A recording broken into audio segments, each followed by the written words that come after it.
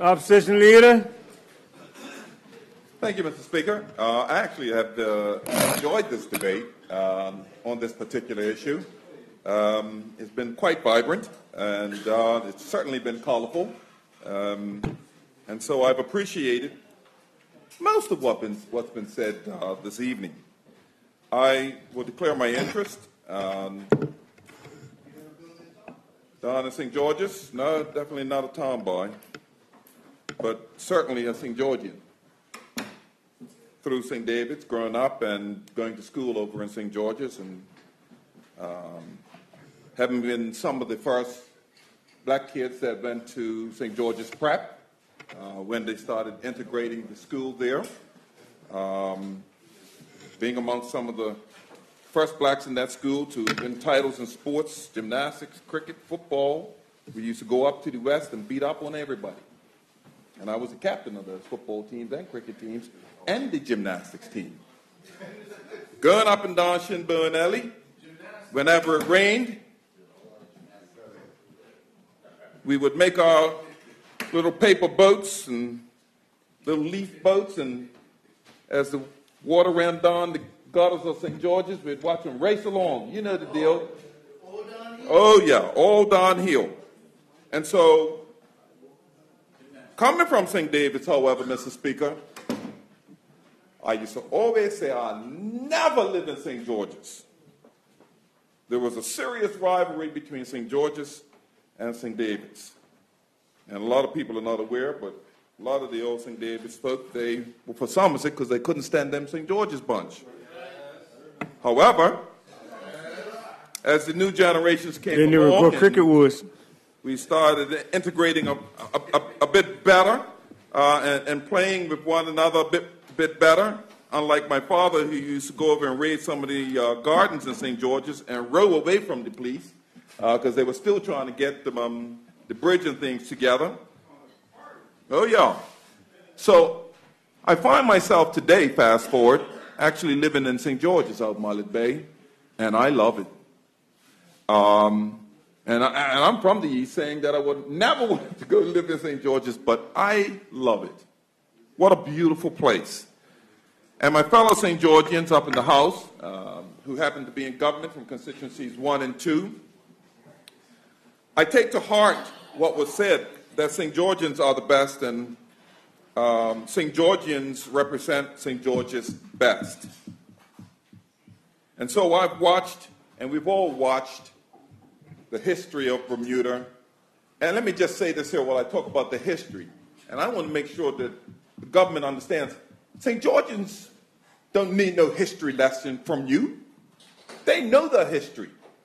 They certainly don't need a history lesson from you. They know the deal. And I'm living down in St. George's right now, and I'm hearing serious concerns about moving forward with this here. Not me saying it, I'm repeating what they're saying. And I'm sure that constituencies number 1 and 2 and those members that represent them are hearing what I'm hearing as well. And I'm sure that they're hearing some folk that are for it, but by majority, we're hearing some serious concerns about how do we move forward.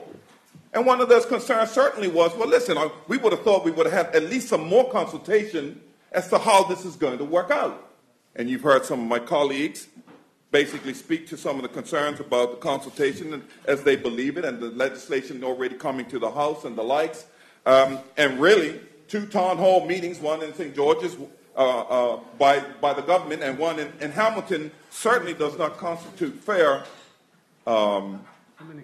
consultation to St. George's. And if you recall, when it was Premier's questions back on Friday, I asked a question based on the difference in the responses to this legislation from St. George's to Hamilton. I was asking the question because I recognize, just like my colleague, well, I say colleague, fellow St. Georgian has suggested, St. George's would definitely like to have their own act. And that's what I was alluding to when I was asking that question. So I'm heartened to hear it coming from, because I hadn't heard a word. And I certainly was going to talk about it if they didn't speak. I didn't hear a word come from them during the consultative process So I'm glad to hear that we actually are on the same page when it comes to that. Now, I will say in constituency 2, I know some of the members that were out with the Honorable Member Swan canvassing with him. I spoke to some of them. I saw them, and St. Georgians tend to go to the supermarket down there and the likes, and we were all talking with one another. I do know some of the members are pretty upset, and I know they've probably been talking to him and letting him know that they're upset about this situation, and they want to really understand how to move forward with this here. Because certainly when the vote was casted in St. George's, it was unanimously that they didn't want Cranko, nor did they want to be taken over, period. And it was interesting to watch the meeting that the corporation had themselves, and then some of the variances in those who were kind of saying, well, that first meeting that the corporation had, well, maybe we, let's hold out till we get some answers because we haven't gotten any answers. To the following meeting, the same people that were concerned that they weren't getting any answers were even more upset after the second meeting. So I recognize St. Georgians can be clannish because they certainly stick together for sure. And I even heard when the honorable member from constituency, the honorable member Renee said, St. Georgians represent St. George's best. I have to agree with her. She knows what she's talking about. And I know that the minister is certainly not from St. George's. And any monies that might be coming from maybe Public Works, I know that that minister is certainly not from St. George's. So this is going to be really interesting to see how this thing unfolds for St. George's. It's going to be real interesting. And one thing I know about St. George's, if you go back election after election after election, it just takes one issue to upset them, and that thing flips. It will flip as quickly as it was on one side to the other side. You just have to take a look at the history. So this is going to be interesting. Real interesting to see how this pans out. No, I'm more concerned. This is, well, I was going to say, if the honorable member from, I know the honorable member Renee from number 1 has already said she wants to see an act, and I don't want to see an act in next year or the following year. It needs to happen now. We've got time. Yeah, well, certainly. Like I said, hold your breath. Think about who you're affecting. That's all I'm saying. I've been listening to them. Watch that space. We're going to watch that space. Because the thing is I'm going to watch St. Georgians watch that space. That's what I'm going to do. I ain't going to watch you. I'm going to watch St. Georgians watch that space. Okay? That's who's going to vote. Okay? Go talk to your constituency number 1 and 2 representatives and let them tell you what they're saying. Have you asked them? Did you ask them? I was there. You need to ask them what the people are telling you. You need to ask them. Hey, so, gentlemen, that's all right. talk to me. Most important. The first talk one here. There. And you had representatives there and no one said a word. Not one word. Who was there? Not one word. You should know your members who were there. Now, members, one said a word. Every conversation come this way. Sat there. Not one. And so we're going to have some interpolation. I recall town hall meeting after town hall meeting after town hall meeting, one after the other. The beach is going to be private. We're taking the beach away from St. Georgians, okay? And guess what? When they became government, the beach is for all the public. Having the press conference talking about the beach is going to be for the public, and the same legislation that was for Park Hyatt was the same legislation that was used for also, when we were there, used the same wording. Point of order, Mr. Speaker. Take a point of order. I think we've heard enough of the lies coming from that.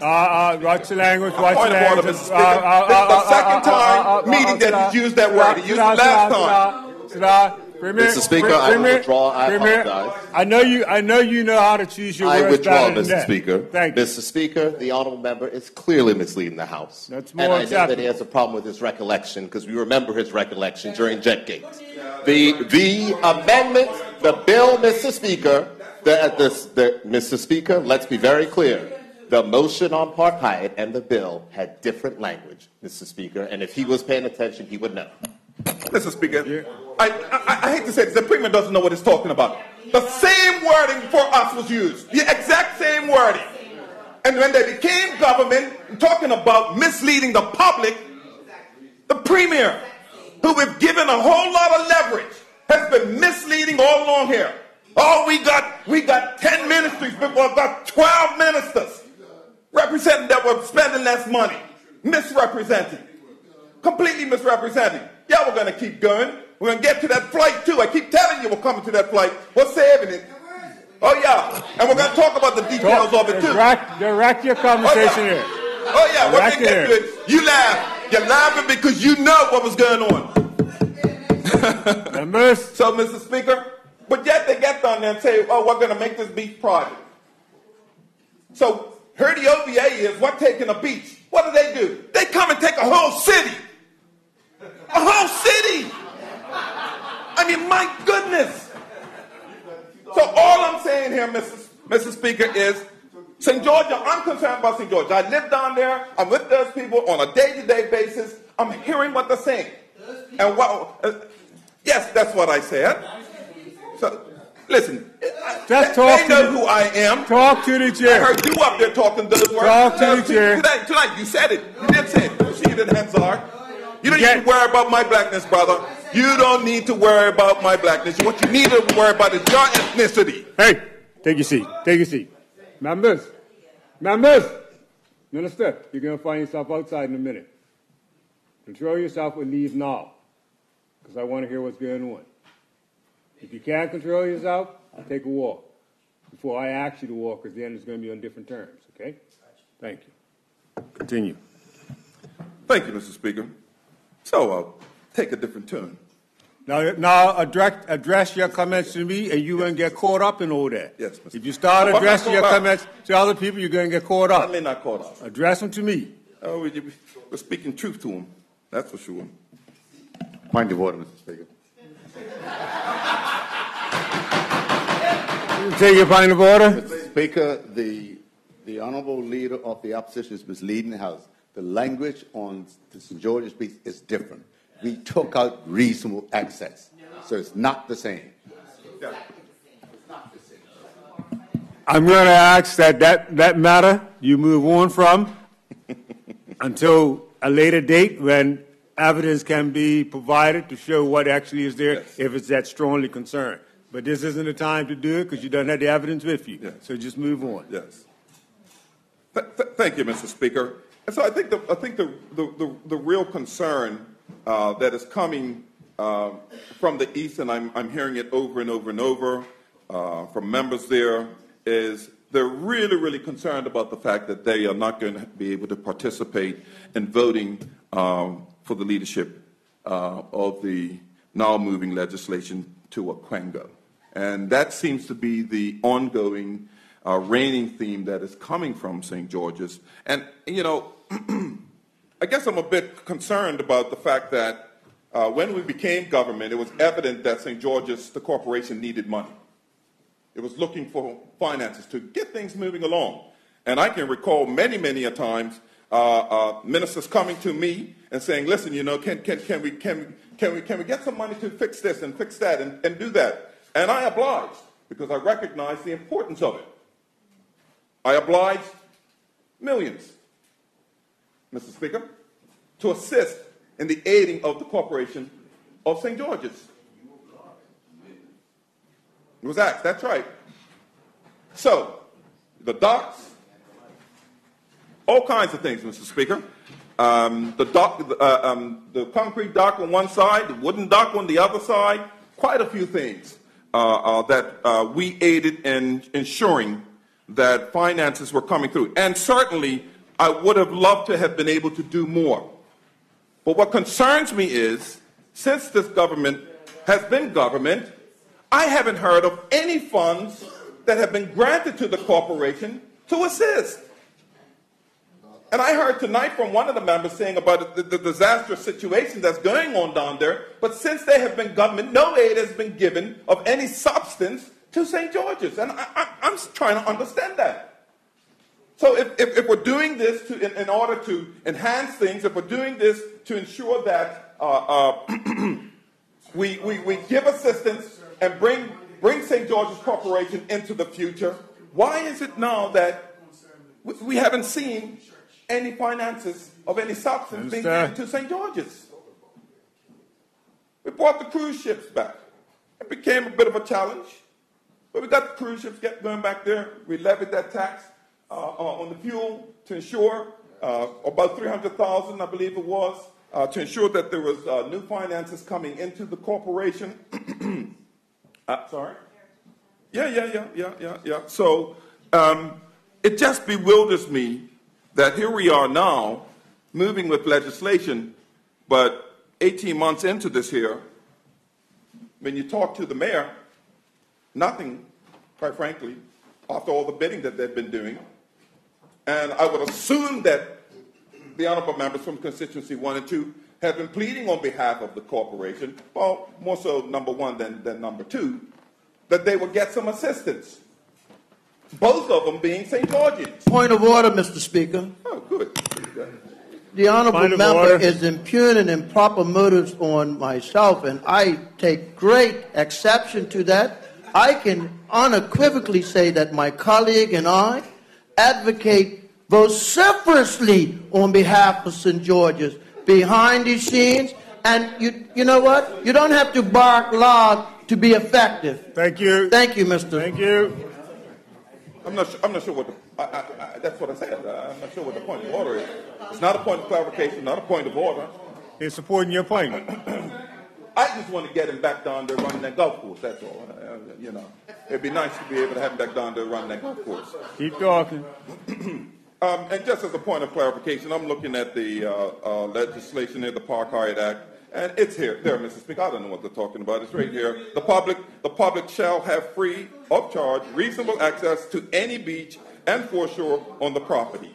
It's there. So all of this noise, and unfortunately, the premier jumping up and talking about lie, misleading, is unfortunate. I think we're going to have to start doing one of them Trumpian things where you start fact checking every time something is said, because we certainly have been sitting over here listening and been patient and allowed to level to. Just keep directing your comments. Thank you, Mr. Speaker. So, at the end of the day, Mr. Speaker, I'm for change. I'm for how we can move this thing forward. But I believe that the best way, based on when it was Premier's questions, I believe that the best way forward back then, and what I was suggesting was we needed something slightly different for St. George's than Hamilton. And I believe the most prudent thing would have been done is to address Hamilton, the Corporation of Hamilton first. They were the last ones. The St. George's came into play first, and then Hamilton after. And I can recall in St. George's, all of the same shops that were in St. George's, Mr. Speaker, then had a sister shop in Hamilton. In fact, I can remember, dressing up in lime green suit, coming out of St. David's there. My Uncle Edwin saying to me, all right, Bill, we're going to take this thing up to 20 miles an hour. The old cars were slow. And we would sit there, and we'd go on, and I had the opportunity to see town. There was no need to come town, because everything was in St. George's already. No need. And I applaud the minister, certainly applaud the minister for moving forward. St. George's was supposed to be used as a pilot on matters of water and sewage, and I'm glad to hear that that's continuing on. It needs to happen. Some of the recommendations that we made was that the BLDC, with the plant that they have, should be running a line across to the city and drawing all that stuff into that massive plant that they already have. So, hopefully, out of the measures of scale that we've been talking about, economies of scale and measures of scale, that hopefully they're going to use the BLDC side that already has that plant there, and all they need to do is upgrade it and run a pipe across the city waters there, and in that mud, once it's planted in there. Point of information, Mr. Speaker. Oh, sure. I'll take it. That is the plan, and the plant don't need to be upgraded. It can accommodate all of the sewage from St. George's. Yes. Yes. Thank you, Mr. Speaker. When I said upgrading, I was speaking mostly to the issues that they were having with the piping that's on the BLDC side that needed to be upgraded, and I don't think they've finished completing all of that upgrading. They did some of it, but they certainly haven't done all of it to be able to accommodate that kind of volume. So it'll be good to see. And I know that the hotel that's being built over there will certainly, in whatever way that they can, assist. But at the end of the day, Mr. Speaker, what St. Georgians, and I'm not talking about Hamilton, because I think that Hamilton should be the first one. Yeah, we'll see what happens. You know, this is a move. This is a decision that this government has made. Different governments will make different decisions. At the end of the day, the people will get to see how it all rolls out, and they'll get to decide. Doesn't matter what I think, but what it does matter is what they think. And so I believe the best and prudent thing that should have been done is use Hamilton as that pilot, and then give St. George's, because they're going to still make some noise, give them that time to see how it's going to work. Because if they don't, I can assure you there's going to be more noise coming out of the east, and I can assure you that as clannish as East Standers can be, if they are upset about one issue, they're going to carry it into the next election. They will. I'm not talking about who's going to win. I'm just talking about putting their own honorable members at jeopardy down there, because they will speak up. So with that in mind, Mr. Speaker, I recognize that the honorable member, he talked about the vision, he talked about the fact that they make a yacht marina, and I probably should just say a little something about that. I recall when the corporation in St. George's wanted to bring forward this whole idea of a marina. And I rejected giving any assistance because the financials were horrendous. And I'll be frank with you, Mr. Speaker, and honest with you about this. Listen, they wanted to give it to the same people that were up in Dockyard. And I said it publicly. They weren't of my persuasion. Put this thing out to them. I know there's a lot of people that could do it. And they were racing ahead trying to get this thing done, and it was the wrong decision. And I'm glad that I made that decision, because now hopefully this government will get the right people to build that marina. And I certainly hope that it's not the same ones that were looking to do it before, because there's going to be a lot of noise made if it's not. Thank you, Mr. Speaker. Thank you, Honourable Member. Premier. Mr. Speaker. Would you like to say a few remarks at this point? My remarks will be incredibly brief this evening. I appreciate hearing that. Because there's one thing that is a fact on this bill. Yes. And I think I said it earlier, that the House shall be collectively, that the Cabinet shall be collectively responsible for decisions made. And the fact is that when we go down this line, what the Minister, what our members have said, we must be held accountable for. And the question will be whether or not we deliver for St. George's and deliver for Hamilton. I am confident that this government will. That is the fact. And if we were not confident, then we would not be doing that, Mr. Speaker. But I just would like to help the members opposite very quickly, because it's a very simple point. You can't quote a repealed act, okay? The fact is that the St. George's Resort Act of 2015 was repealed by the St. George's Resort Act of 2018. And there is different language because we purposely, due to the urging of our members from constituency number 1 and 2, with who we listen to, remove the lines reasonable access, Mr. Speaker. And I would hope that the honorable opposition leader will get his facts straight before he gets up next time. Point of order, Mr. Speaker. Point of order? Yeah. You take your point of order? Yeah, I'm looking at the 2015 right here in front of me, the exact same word. So, Point of order, Mr. Speaker. Point of order, Mr. Speaker. One sec.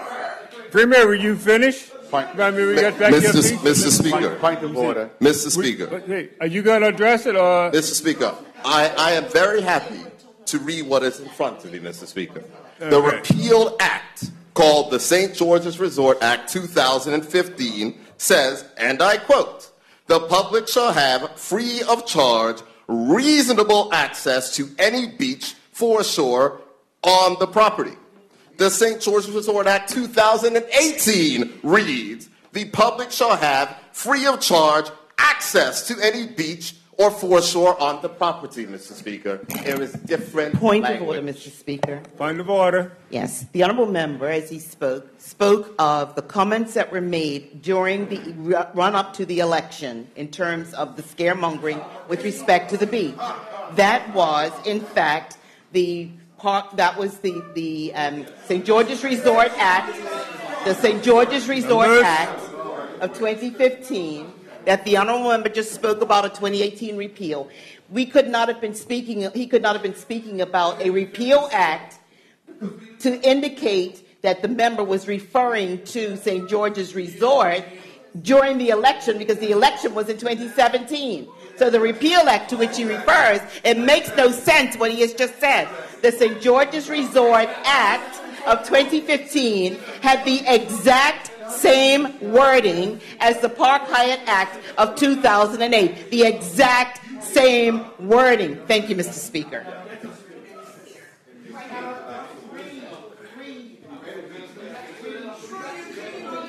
Mr. Speaker, I know that we're tired. I have read into the record the acts, and I am perfectly happy to go to my office and table them so the audible members can see the difference, Mr. Speaker. Thank you.